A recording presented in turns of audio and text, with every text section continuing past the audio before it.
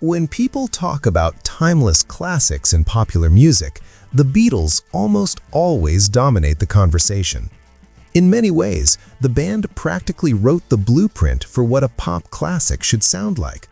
Across their career, they produced song after song that would go on to define not only the sound of the 1960s, but the very direction of modern popular music. From Let It Be to Here Comes the Sun and A Day in the Life, their catalog is filled with songs that have become pillars of British musical heritage and landmarks in the broader history of recorded music. Their influence stretches far beyond chart success or innovative studio techniques. It reshaped the cultural landscape of an entire generation. Even Mikhail Gorbachev recognized this, commenting, "More than any ideology, more than any religion, more than Vietnam or any war or nuclear bomb, the single most important reason for the diffusion of the Cold War was the Beatles."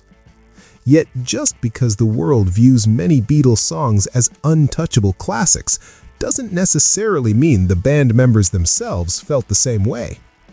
A quick look at interviews given after the group's breakup reveals that certain songs in their catalog were met with a surprising amount of indifference or even criticism from the very people who created them. After performing their early material hundreds of times during the height of Beatlemania, it's easy to imagine that both John Lennon and McCartney might have grown tired of hearing some of those songs ever again. One such track was 8 Days a Week. Got nothing but love, babe. 8 days a week. For many fans, the song represents the bright, exuberant energy of the Beatles at the peak of their early fame, but McCartney himself never fully considered it a true classic within the band's legendary discography. In one notable interview, Paul even tried to push back against that popular perception. "When people review my shows, they say he opened with a Beatles classic 8 days a week," McCartney explained. "I wouldn't put it as a classic. Is it the cleverest song we ever wrote? No. But does it have that sense of joie de vivre that the Beatles had? Yes. The best thing about it was the title, really." Today, the track might not sit at the very top of devoted fans' favorite Beatles songs. Still, it represents a crucial moment in the band's rise to global superstardom. The song bursts with the youthful energy and infectious charm that made the Beatles the biggest band in the world at the time. Its bright harmonies and lively spirit captured a group on the verge of conquering the planet. Yet when placed alongside the band's later masterpieces, it can sometimes feel overshadowed by the more ambitious songs that would follow in the years ahead. During that same interview, McCartney dismissed the rumor that Ringo Starr had come up with the title.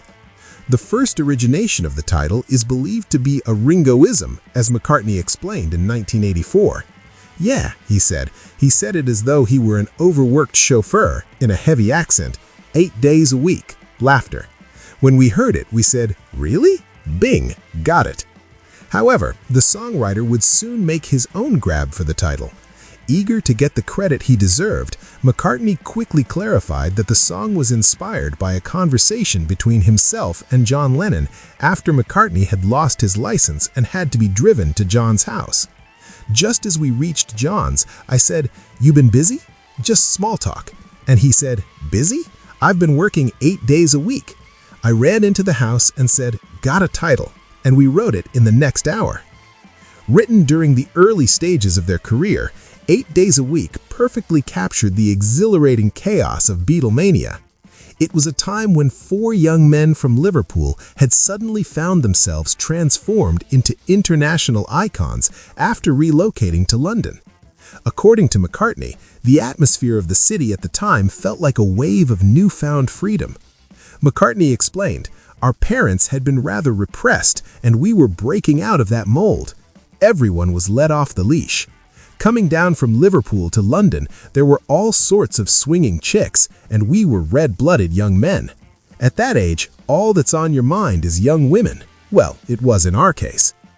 Interestingly, the song wasn't particularly beloved by its co-writer either.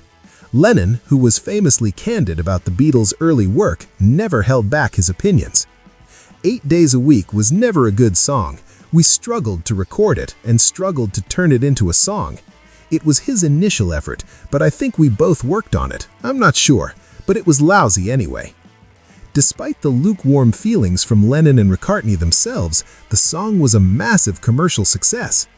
8 Days a Week reached #1 on the Billboard Hot 100, remaining on the chart for 10 weeks and further establishing the Beatles as one of Britain's most powerful musical exports during the era of the British invasion. Its legacy didn't stop there. Decades later, the song's title would inspire filmmaker Ron Howard to create The Beatles' 8 Days a Week, The Touring Years, which explored the band's relentless touring years during the height of their fame. In fact, the phrase 8 days a week has since become part of everyday English, often used to describe working tirelessly without rest, an unexpected cultural imprint left by a simple Beatles song title. Still, it's perhaps understandable why McCartney never placed the song among his personal favorites. After all, just a few years later, he would go on to write deeply emotional and musically sophisticated pieces like Eleanor Rigby and Yesterday. Compared with those later masterpieces, 8 Days a Week may feel like a snapshot of youthful exuberance, an energetic relic from the Beatlemania era that meant everything to the world, even if its creator never quite saw it the same way.